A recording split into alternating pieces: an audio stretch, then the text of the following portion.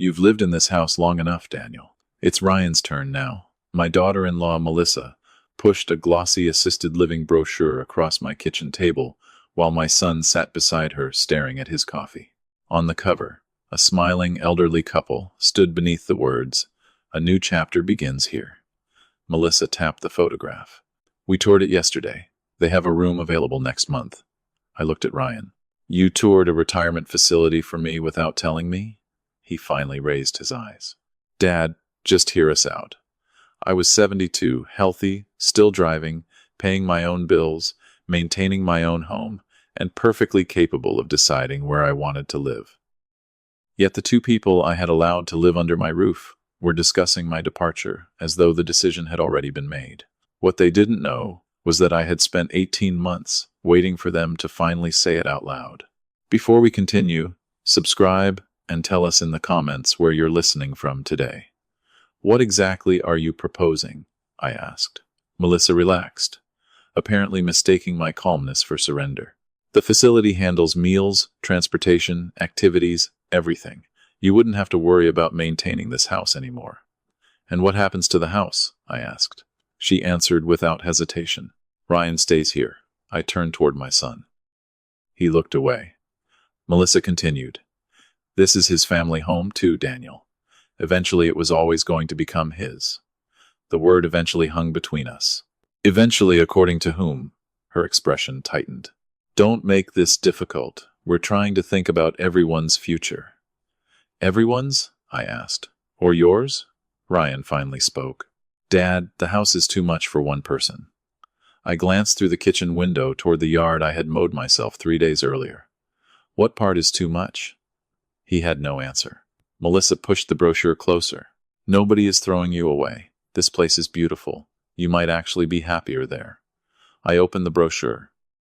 Several rooms had been circled in blue ink. One page had a handwritten note beside a floor plan. Best option for Daniel. I looked up. You've already discussed which room I should take? Melissa hesitated. Ryan rubbed his forehead. It was just part of the tour. What else have you already decided? Silence answered first. Then Melissa said, There's an appointment Thursday morning. I closed the brochure. An appointment for what? An assessment. 10:30. I stared at my son.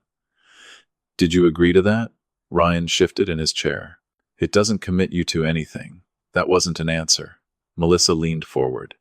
Daniel, Ryan is 50 years old. He and I need to start thinking about our own future. We can't keep putting everything on hold forever. There it was. Not concern about my health. Not fear for my safety. They were waiting for me to move out of their way. And I'm what's holding you back? I asked. That isn't what I said. It's exactly what you said. Melissa's patience disappeared. You've had this house for decades. Ryan grew up here. At some point, doesn't he deserve the chance to make it his home? I looked at Ryan again. This time I waited until he met my eyes. Is that what you believe? He remained silent for several seconds before saying, Maybe it's time for a change. Something inside me settled. For 18 months, I had hoped I was misreading the comments, the questions about property values, and the conversations that stopped whenever I entered a room. Now, I didn't need to wonder anymore. Still, I didn't argue. I didn't remind them whose name was connected to the property or explain what I had quietly done months earlier.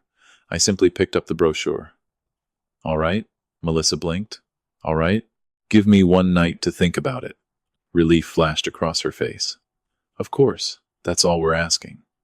Ryan finally looked relaxed. Neither of them seemed to notice that I hadn't agreed to leave. I carried the brochure upstairs, entered my bedroom, and closed the door. On the dresser stood the photograph of Evelyn. I still looked at every morning. I placed the brochure face down beside it, opened the drawer underneath, and removed a business card. Benjamin Rhodes, attorney at law. I dialed the number. Benjamin answered quickly. Daniel? It happened. His voice changed immediately. What did they say? Melissa says I've lived here long enough. They toured an assisted living facility yesterday and scheduled an assessment for Thursday. Benjamin was silent for a moment. And Ryan? I looked toward the closed bedroom door. He sat beside her. Benjamin understood. Do you want me to proceed? For 18 months, I had hoped the answer would never be yes. I looked down at the brochure, then at Evelyn's photograph. Yes, I said quietly. It's time. The next morning, I woke before sunrise. But instead of thinking about Melissa's brochure, I found myself remembering the day Evelyn and I first walked into that house, 31 years earlier. Back then, the kitchen was smaller, the floors needed refinishing, and the backyard was mostly weeds. But Evelyn stood in the empty living room, turned slowly in a circle, and said, "This is where our family grows up." She was right. Ryan learned to ride his bicycle in that driveway. Lauren broke her wrist falling from the maple tree near the fence. Birthdays, Christmas mornings, graduations, arguments, apologies. Our entire family history seemed to have left fingerprints somewhere inside those walls. Evelyn and I never thought of the house as an investment. It was simply home. That was why, 4 years after she died, I made the decision that eventually brought Melissa's brochure to my kitchen table. Ryan called one evening and admitted he and Melissa were struggling financially. Their rent had increased, his business income had become unpredictable, and they needed several months to recover. "Come stay here," I told him. "There's plenty of room." I meant temporarily. I never asked for rent. I didn't charge utilities. I wanted my son to have breathing room, and after years of waking to an empty house, I didn't mind hearing voices downstairs again. At first, having them there actually helped. Melissa cooked dinner several nights a week. Ryan repaired a loose railing on the back steps. We watched football together on Sundays. For the first time since Evelyn died, the house felt occupied rather than merely preserved. 3 months became 6. 6 became 12. Whenever I wondered whether Ryan was looking for another place, I stopped myself from asking because I didn't want him to feel unwelcome. That was my mistake. I believed generosity automatically created gratitude. Instead, repeated generosity can become invisible. The first change was so small I almost laughed at myself for noticing it. One afternoon I returned from the hardware store and found Evelyn's framed photograph moved from the living room mantel to a shelf in the hallway. Melissa had replaced it with a decorative vase. "The room needed something cleaner," she explained. I moved the photograph back after dinner. A week later, the chair where Evelyn used to read had been moved upstairs because Melissa wanted more space near the window. Then one kitchen cabinet became their cabinet. A section of the garage became Ryan's storage area. None of it seemed worth an argument. Whenever I objected, Melissa smiled and said, "We all live here now." The sentence sounded reasonable, but gradually the word "we" began changing meaning. It stopped meaning 3 adults sharing a home and started meaning Ryan and Melissa making decisions while I was expected to accept them. One Saturday, I heard Melissa showing a friend the dining room. "We'll probably open this wall eventually," she said. I stepped into the doorway. "Who is we?" She laughed. "Someday, Daniel. I'm just imagining." Ryan stood behind her and said nothing. That silence became familiar. Melissa would suggest a change, I would object, and Ryan would find something else to look at. I kept telling myself he was avoiding conflict between his wife and father. I didn't yet understand that refusing to choose was becoming a choice of its own. The moment that truly unsettled me came several months later. Ryan was sitting at the kitchen counter with his laptop when he casually asked, "Dad, do you know what this place is worth now?" I told him I had a rough idea. "Probably more than you think," he said. He turned the screen toward me.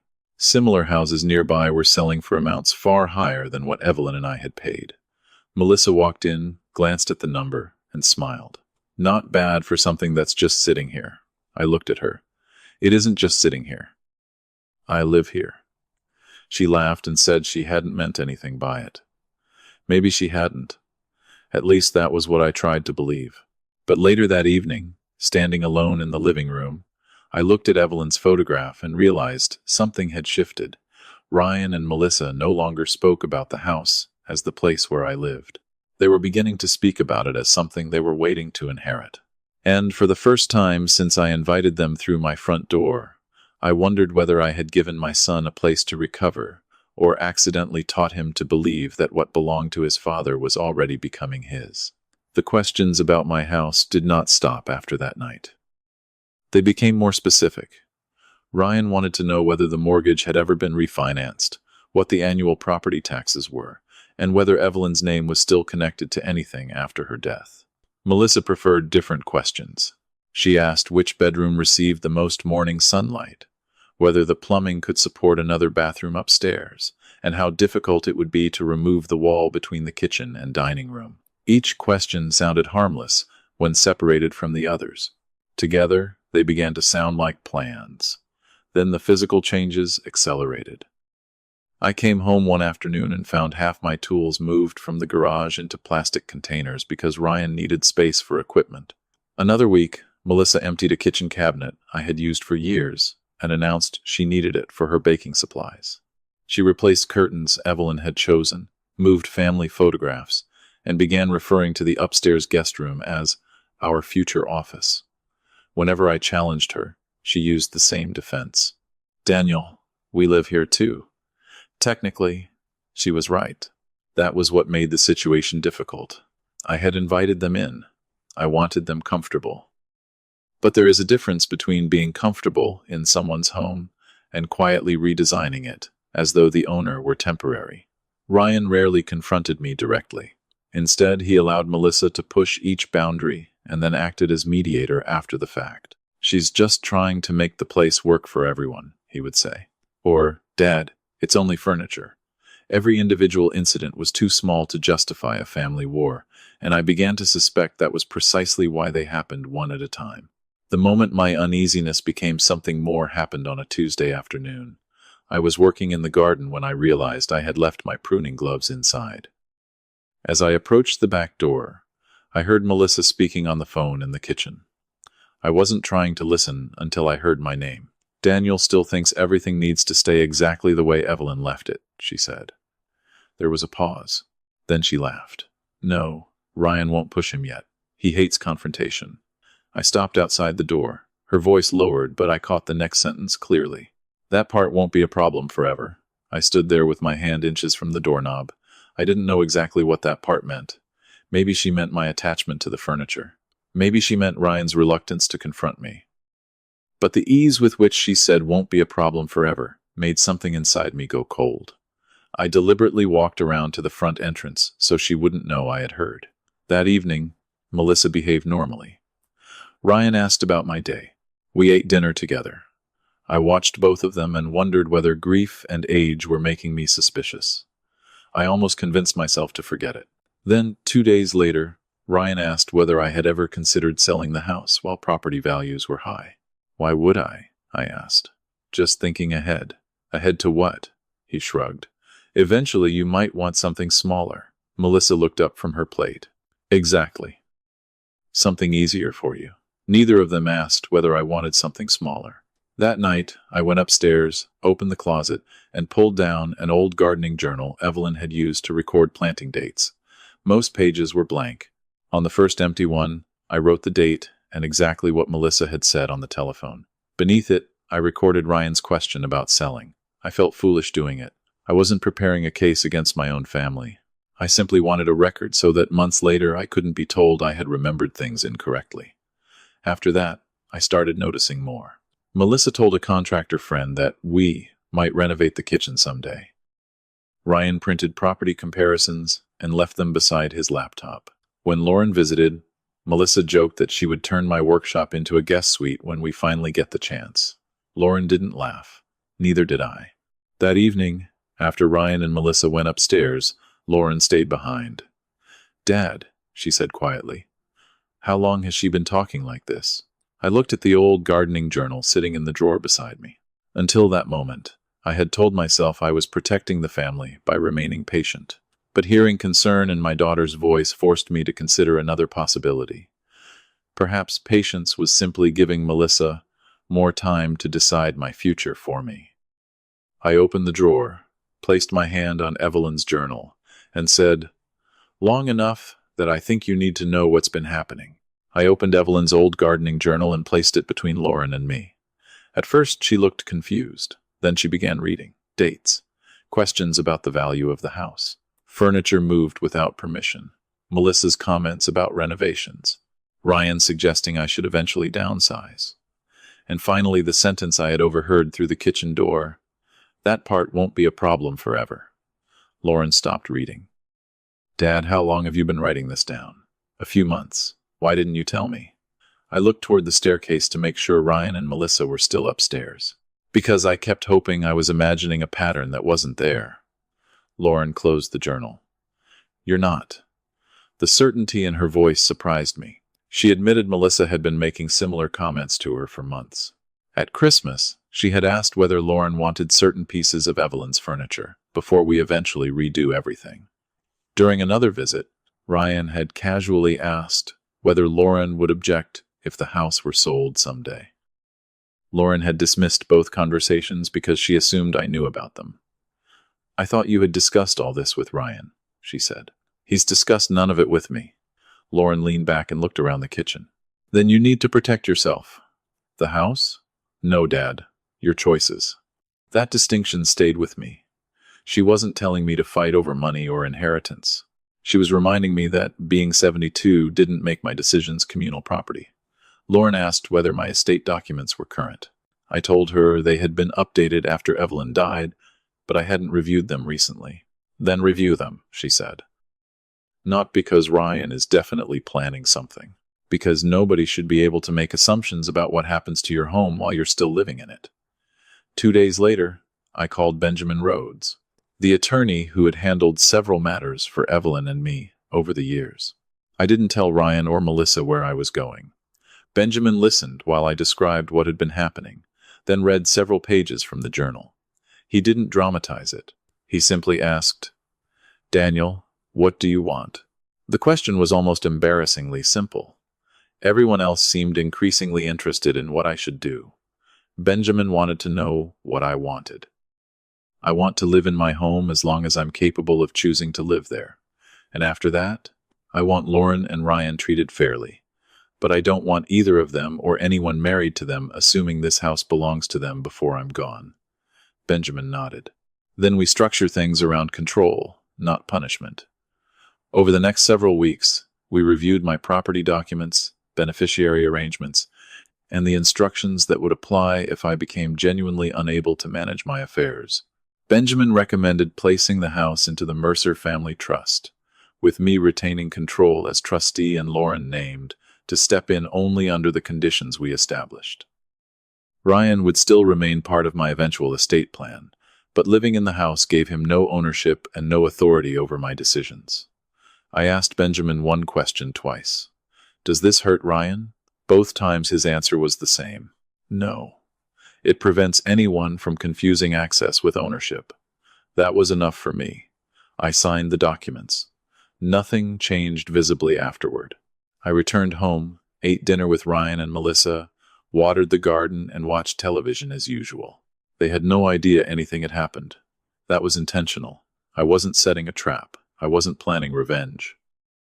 I was protecting the one thing Lauren had correctly identified as being at risk, my ability to choose what happened to my own life. Before leaving Benjamin's office, I had asked what I should do next. Nothing, he said. Live your life. If your concerns are wrong, these documents simply remain good planning. If your concerns are right, you'll be glad you prepared before emotions entered the room. So I waited.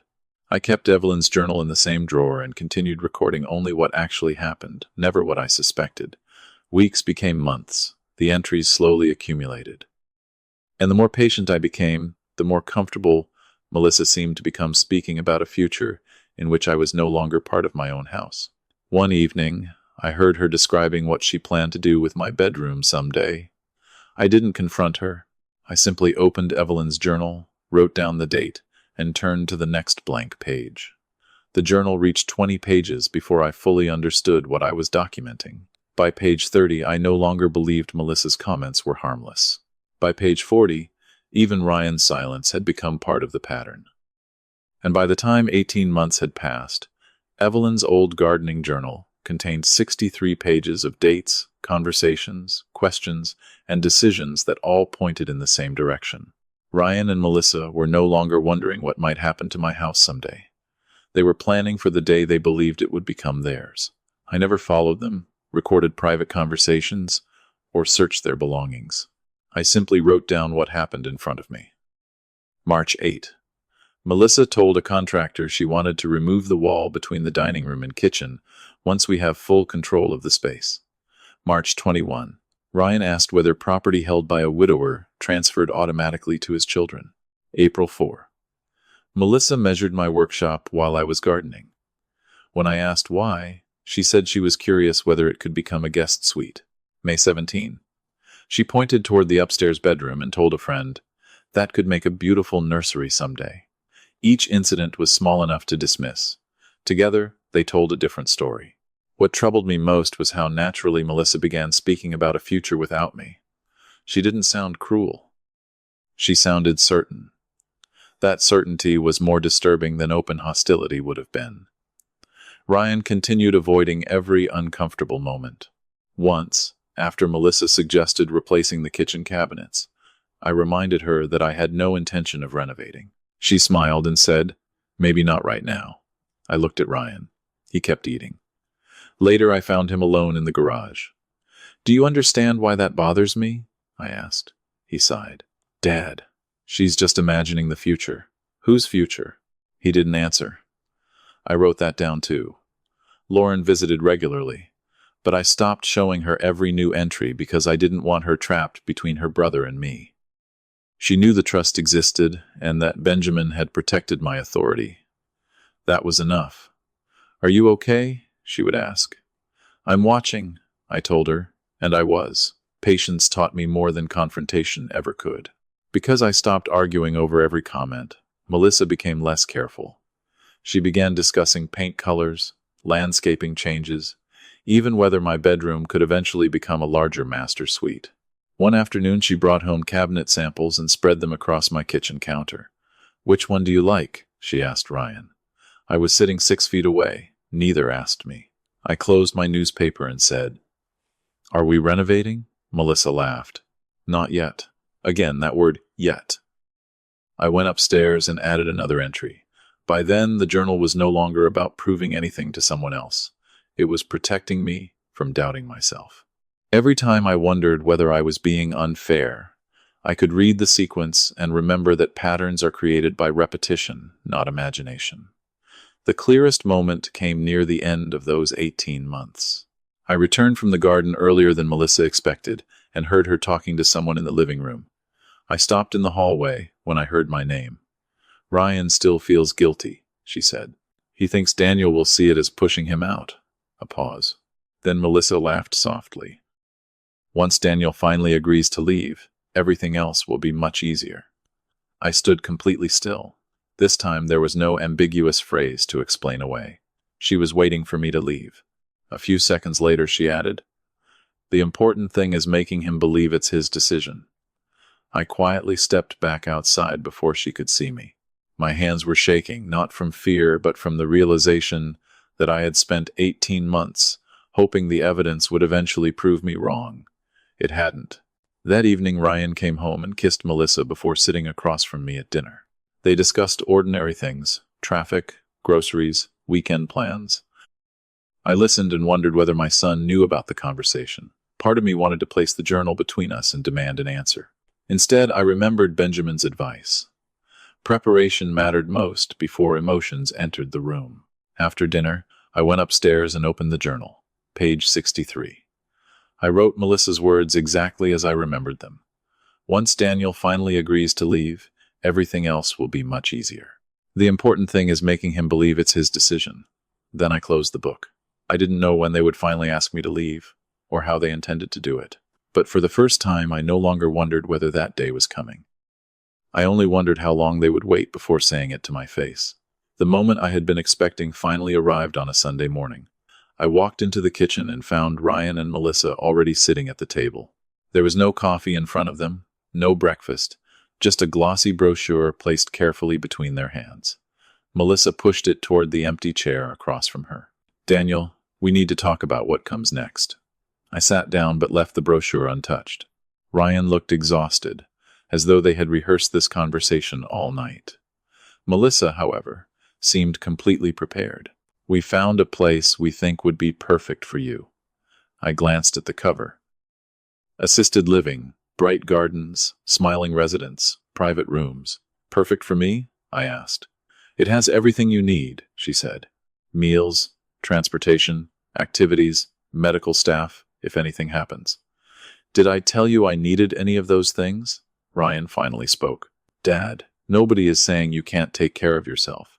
Then why are we discussing assisted living? He looked toward Melissa. She answered for him. Because waiting until there's a crisis would be irresponsible. I almost admired how carefully she had framed it. She wasn't pushing me out. She was being responsible. Have you visited this place? I asked. Melissa nodded. Yesterday. Both of you? Ryan looked down. Yes. I let several seconds pass. Without me. Melissa sighed. We wanted to make sure it was suitable before bothering you. Then she opened the brochure to a page already marked with blue ink. A room number had been circled. Beside it was a handwritten monthly price. This unit is available next month. I looked at Ryan. You chose a room? We looked at one, he corrected. There's a difference. Did you make an appointment?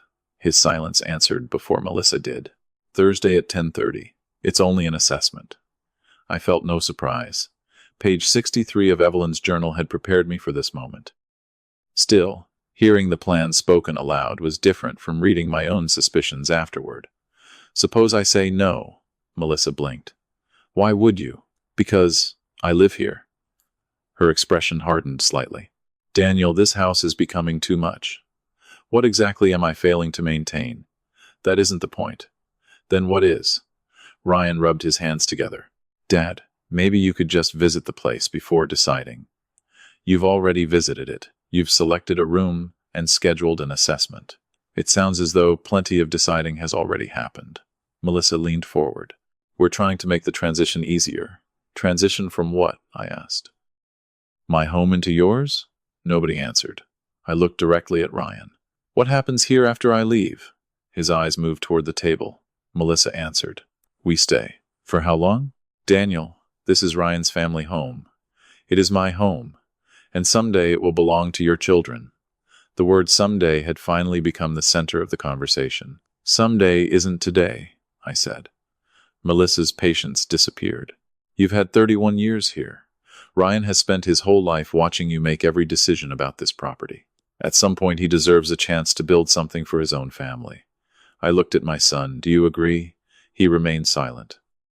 Ryan, he finally whispered, I think maybe it's time. Those words hurt more than anything Melissa had said. She was my daughter-in-law. He was the boy whose bedroom was still upstairs.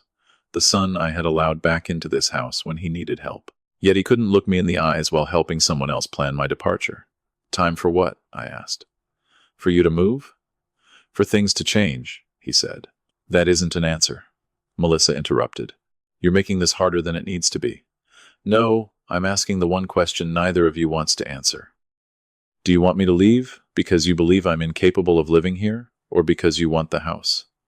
Ryan immediately said, Dad, come on. Melissa said nothing. Her silence was clearer.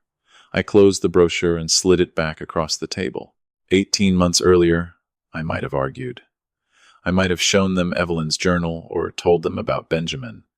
But I understood now that the most valuable thing they could give me was certainty, and they had just given it freely. All right, I said. Melissa stared at me. What? Give me tonight. Relief appeared on her face before she could hide it. Of course. Ryan exhaled. Thanks, Dad. I stood, picked up the brochure, and walked upstairs. Neither followed. Inside my bedroom, I placed it beside Evelyn's photograph and opened the drawer containing the journal. 63 pages. I didn't add a 64th. I didn't need one. Instead, I picked up my phone and called Benjamin Rhodes. He answered quickly. Daniel?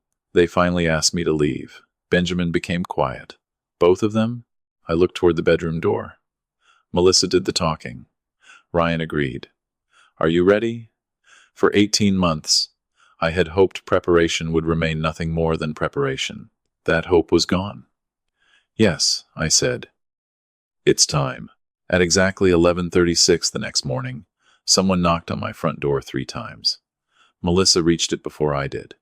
She opened the door and found a man in a gray jacket holding a large envelope. Melissa Mercer? he asked. Yes. He handed it to her. You've been served. I was standing near the hallway when her smile disappeared. Ryan came down the stairs as she tore open the envelope. He read over her shoulder, then looked at me. Dad, what is this? I didn't answer immediately. Melissa did. 30-day notice to vacate? Her voice rose with every word. You're evicting us? I walked into the kitchen and poured myself a cup of coffee. I'm asking you to leave my home. Your home? Melissa followed me. Yesterday you said you would think about moving. I did think about it. For one night? No. For 18 months. Ryan froze. Melissa stared at me as if I had suddenly become someone she didn't recognize. You planned this. I prepared for this.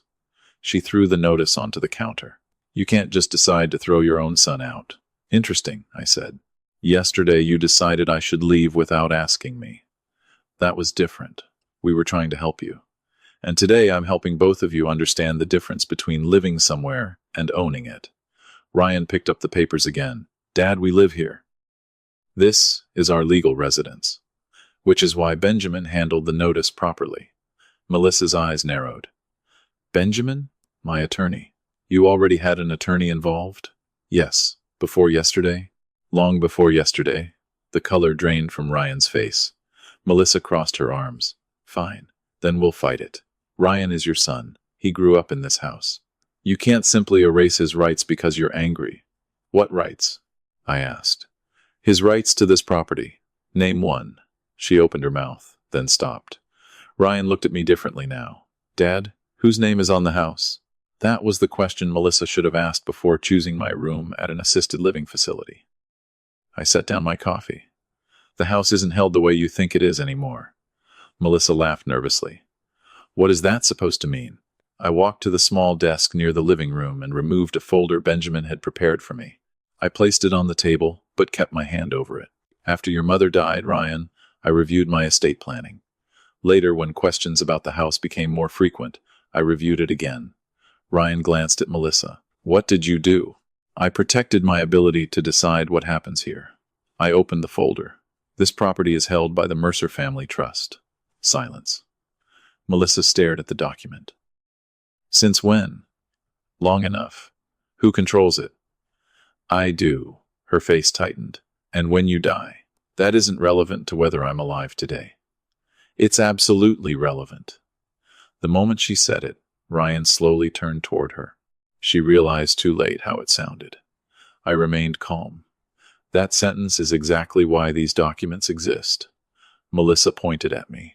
You did this because you never trusted us. No. I did it because I began hearing people discuss my home as though my death were an administrative delay.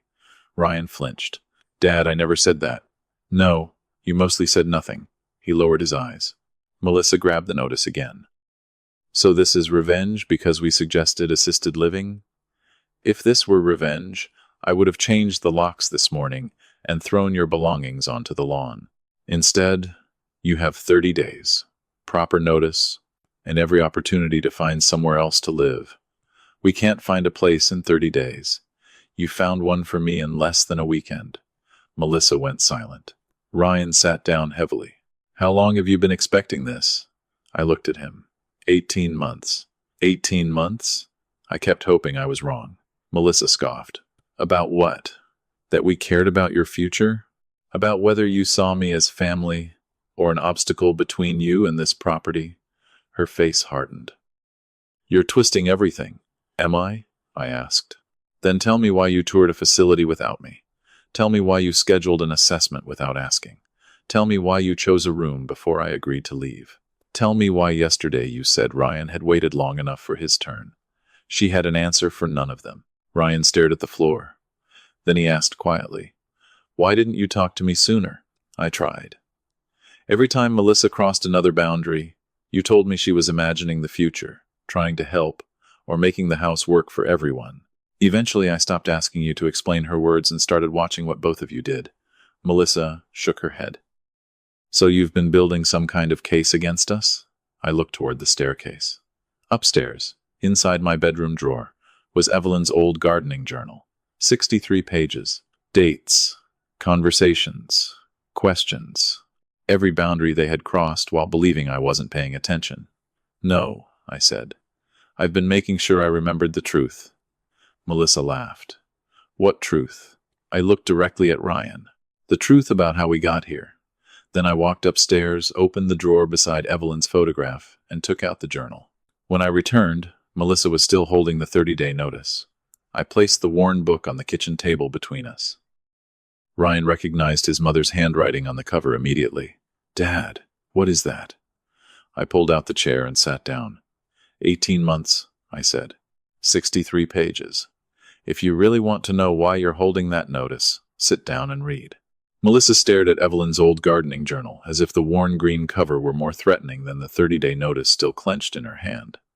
Ryan sat down slowly. 63 pages? He asked. "Every one of them dated," I said. Melissa folded her arms. "So you've been spying on us?" "No. I've been listening to what was said in my own home." I opened the journal near the beginning. March 8th.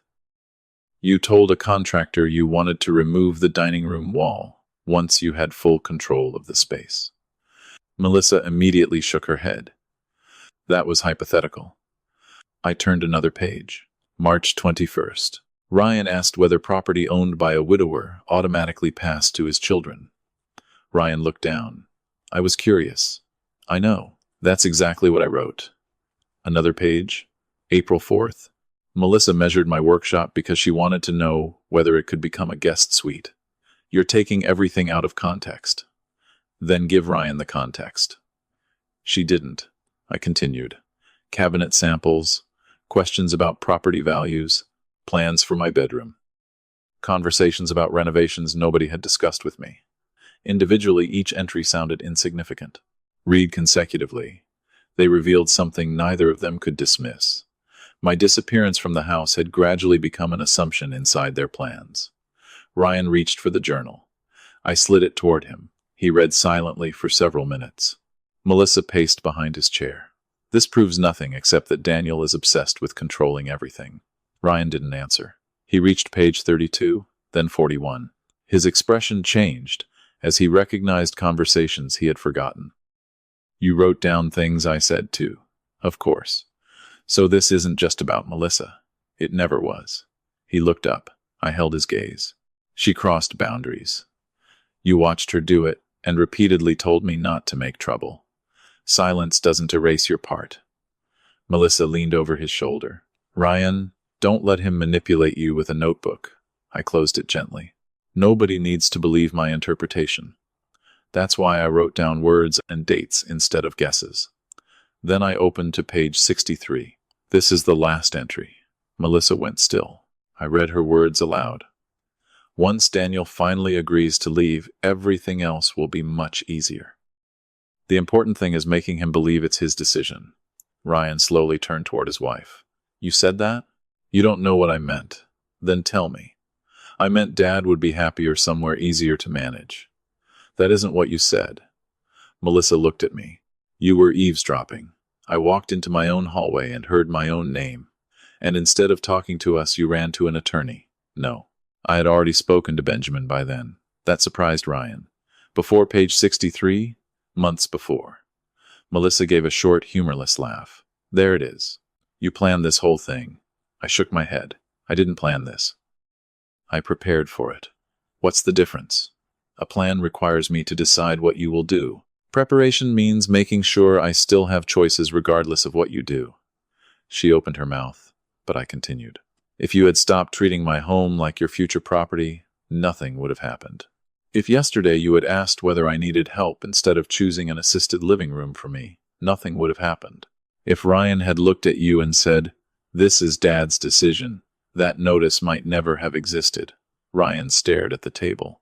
Melissa pointed toward the trust documents. "So, Lauren gets everything now? Is that what this is really about?" "No." "Then why is she successor trustee?" "Because when I asked her about the house, she told me to protect my choices. She never asked what the property was worth. She never asked when she would inherit it. She never planned what room would become hers." Ryan visibly absorbed that comparison. "Am I still in your estate?" he asked quietly. Melissa immediately looked at him. I nodded. "Yes." His surprise was genuine. Then you didn't disinherit me? No. Even after all this? This was never about punishing you financially. The trust protects my control while I'm alive. What happens later is a different matter. Melissa seemed almost frustrated by the answer. Anger would have been easier for her to attack than preparation. Then cancel the notice, she said. If this isn't revenge, prove it. No. Why? Because the problem isn't what you might inherit someday. The problem is what you believe you're entitled to today. Silence settled over the kitchen. Ryan opened the journal again and read several more entries. Eventually, he stopped at one concerning a conversation I remembered clearly.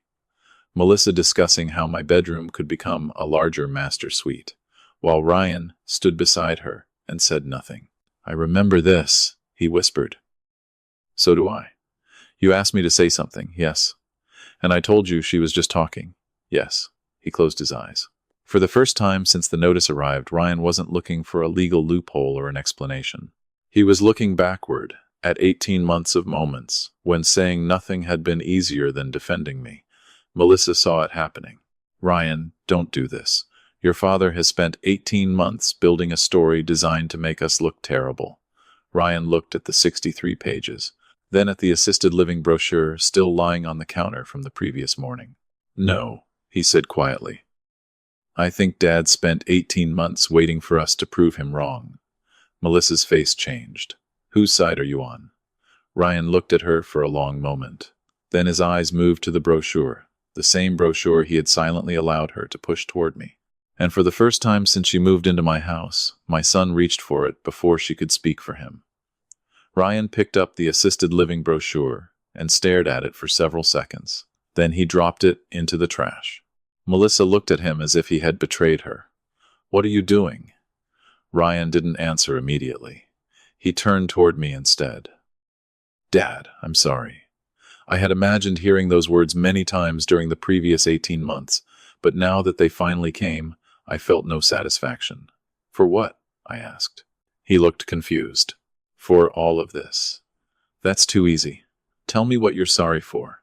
Ryan glanced at the journal. For knowing you were uncomfortable and pretending I didn't see it.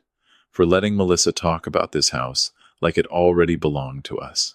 For every time you asked me to say something and I told you she was only imagining the future. Melissa stepped toward him. Ryan, you don't have to accept his version of everything. He turned to her. It isn't his version. I was there. She froze. Ryan continued, quieter now. I kept telling myself I was staying neutral. I thought if I didn't choose between my wife and my father, eventually everyone would calm down. He shook his head. But I wasn't neutral. Every time I stayed silent, Dad was the one expected to give something up. Melissa's face hardened. So now, I'm the villain? No. I'm finally admitting my part. That answer seemed to unsettle her more than an accusation would have. She pointed toward the 30-day notice. Then tell him to cancel this. Ryan looked at the papers, then at me. For one terrible second, I wondered whether his apology had only been another attempt to avoid consequences. Instead, he said no. Melissa stared at him. Excuse me? Dad doesn't owe us this house. You grew up here. That doesn't make it mine. Her voice rose. We gave up our apartment to move here. Because we couldn't afford it, Ryan replied. Dad gave us somewhere to live. We turned that favor into something we expected forever. Melissa shook her head. I can't believe you're doing this.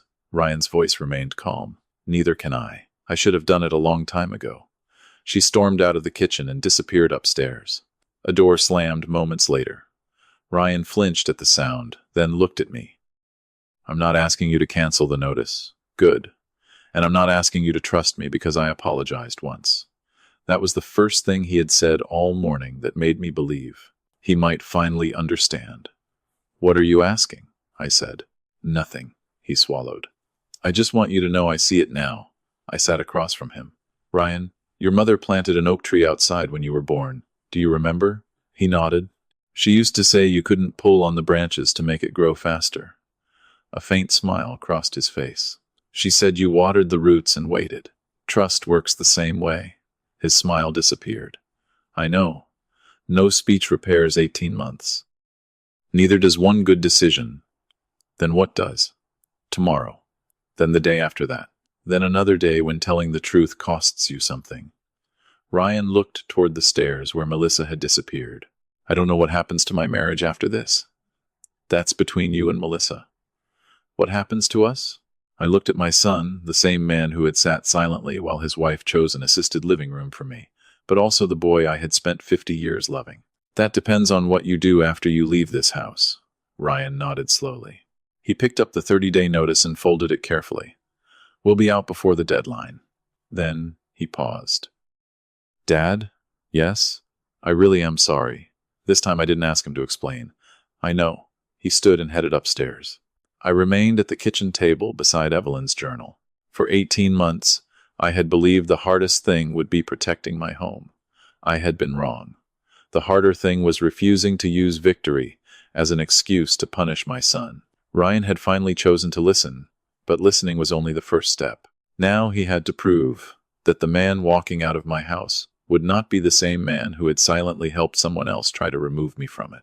22 days later, Ryan carried the last cardboard box through my front door. Melissa was already waiting in the car. She had barely spoken to me since the morning of the notice, and I didn't force a conversation. Ryan placed his key on the kitchen counter and looked around the room where he had eaten thousands of meals since childhood. I guess this is it. For living here, I said. It doesn't have to be the end of everything else. He nodded, but neither of us pretended one apology could repair 18 months of silence. Before leaving, he looked toward the trash can, where he had thrown the assisted living brochure weeks earlier. I keep thinking about that morning. So do I. I should have stopped her before she ever put that brochure in front of you. Yes, I didn't soften the answer. Ryan accepted it. I spent years thinking avoiding conflict made me a good husband and a good son. He looked down. Mostly, it made me a coward when someone needed me to speak. I placed a hand on his shoulder. Then do something different next time. He left without asking for money, more time, or another chance to stay. That mattered to me. The house became quiet again, but this time the silence didn't feel empty. Lauren came over the following weekend and helped me return several things to their old places. We moved Evelyn's photograph back to the center of the mantel and carried her reading chair downstairs. While cleaning a drawer beneath the window, Lauren found an old envelope with my name written in Evelyn's handwriting. Inside was a small note she had written years earlier during one of our renovations. A home stays yours only, while you still have the courage to decide what happens inside it. I read the sentence twice before handing it to Lauren. Mom always had a way of getting the last word, she said. I laughed for the first time in weeks. Ryan called several days later. He and Melissa had rented an apartment.